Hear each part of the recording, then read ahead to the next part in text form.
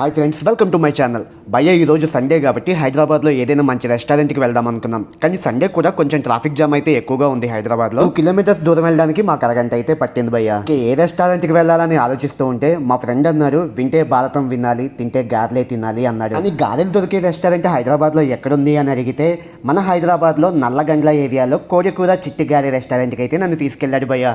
Restaurant పేరులోనే మన Andhra Konaseema village atmosphere అయితే నాకు కనిపించింది భయ్య. లోపలికి వెళ్ళగానే మన తాతల కాలంలో పొలాలు దున్నే నాగలైతే కనిపించింది. అలాగే కోడికూర చిట్టిగారి లోగో అయితే అదిరిపోయింది. అదే మా బాస్ గణేష్ కూడా ఇక్కడే ఉన్నాడు. వెంటనే దండం పెట్టేసుకుని లోపలికి వెళ్ళగానే యాంబియన్స్ అయితే చాలా పీస్ఫుల్ గా చాలా బాగుంది భయ్య. ఇంకా అలవాటు లేకపోయినా పద్ధతిగా హ్యాండ్ వాష్ అయితే చేసుకున్నాను. తర్వాత ఒక మెనూ బుక్ ఇచ్చాడు భయ్య. ఈ బుక్ ఏంటి భయ్య, నా చిన్నప్పుడు క్లాస్ రూమ్ లో టెక్స్ట్ బుక్ లా ఉంది. లెక్కలేనని ఐటమ్స్ తో మెనూ బుక్ అంతా నిండిపోయింది. మెనూ బుక్ లో ఈ పేర్లు చదవగానే నాకు నవ్వొచ్చింది భయ్య. కంత్రి కోడి, తాగుబోతి కోడి అంట. మెనూ బుక్ అంతా చూసిన తర్వాత ముందుగా వెల్లుల్లి కోడి చారు అయితే ఆర్డర్ పెట్టాము. ఇక చారు అంటే ఏదో అన్నంలో కలుపుకుంటారు అనుకున్నాను, కానీ చిన్న చిన్న చికెన్ ముక్కలతోటి ఘాటుగా, హాట్గా, స్పైసీగా అయితే చాలా బాగుంది.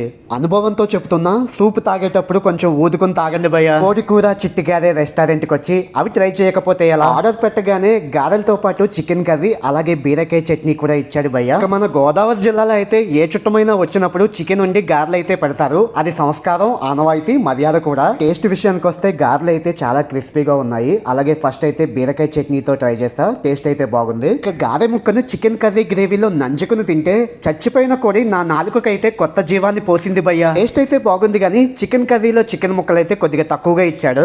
ఇక నెక్స్ట్ మా మెనూలో అల్లం కోడి వింగ్స్ అయితే తీసుకున్నాం. ఈ ప్రపంచంలో అది చనిపోయి మనల్ని బ్రతికిస్తుందంటే అది కోడి మాత్రమే. ఈ విషయంలో అయితే కోడికైతే ఫస్ట్ ప్లేస్ అయితే ఇవ్వాలి. తర్వాత మటన్, ఫిష్, ఇంకా ఏదైనా. చికెన్ ముక్కలు అయితే దూదిలాగా మెత్తగా భలే ఉన్నాయి. ఇంకా ఈ అల్లం కోడి వింగ్స్ అయితే చేసిన చెఫ్ కి అయితే దండేసి దండం పెట్టాలి భయ్య. దీని టేస్ట్ అయితే చాలా అంటే చాలా చాలా బాగుంది. ఒకసారి అయితే మీరు కూడా ట్రై చేయండి. ఇక నెక్స్ట్ మా మెనూలో నెల్లూరు కోడి చికెన్ పులావ్ అయితే తీసుకున్నాం. నెల్లూరు కోడి పలావా అంటే నెల్లూరులో తయారు చేసి హైదరాబాద్ కి పలావ్ తీసుకొచ్చారా అని అనుకుంటారేమో, అది కానే కాదు. ఈ రెస్టారెంట్ లో ఈ పలావ్ అయితే చాలా ఫేమస్ అంట భయ్య. అందుకే మేమైతే ట్రై చేసాము. చిన్నప్పుడు మా అమ్మ కూడా ఇంట్లో చేసేది, కాకపోతే మేము పలావ్ అనేవాళ్ళం కాదు. ఇంట్లో ఏం చేశారని ఎవరైనా అడిగితే పల్వా చేసింది అనేవాళ్ళం. పెద్దయ్యాక తెలిసింది అది పల్వా హల్వా కాదని పులావ్ అని చెప్పి. గోదావరి జిల్లాలో చాలా మంది కూడా పల్వా అనే పిలుస్తారు.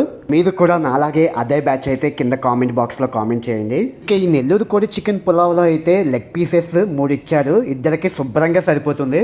టేస్ట్ విషయానికి వస్తే నెల్లూరు కోడి చికెన్ పులావ్ కి మనం పేరు పెట్టగలమా? చికెన్ పీస్ అయితే బాగా ఉడికింది. ఇక టేస్ట్ విషయానికి వస్తే ఇప్పటికీ కూడా నాకు మైండ్ లోంచి ఆ టేస్ట్ అయితే అస్సలు పోవడం లేదు. అంత బాగుంది ఈ నెల్లూరు కోడి చికెన్ పులావ్. ఒకసారి అయితే ఖచ్చితంగా ట్రై చేయండి భయ్య. చాలా అంటే చాలా బాగుంది. స్టమక్ ఫుల్ అయిపోయి స్టోరీ అయితే ఎండింగ్ వచ్చేసింది. ఫైనల్ గా అయితే ఒక థమ్స్ అప్ తో అయితే ఫినిష్ అయితే చేసేసాను భయ్య. ఇద్దరికి కలిపి బిల్ అయితే టిప్తో సహా 1500 అయ్యింది.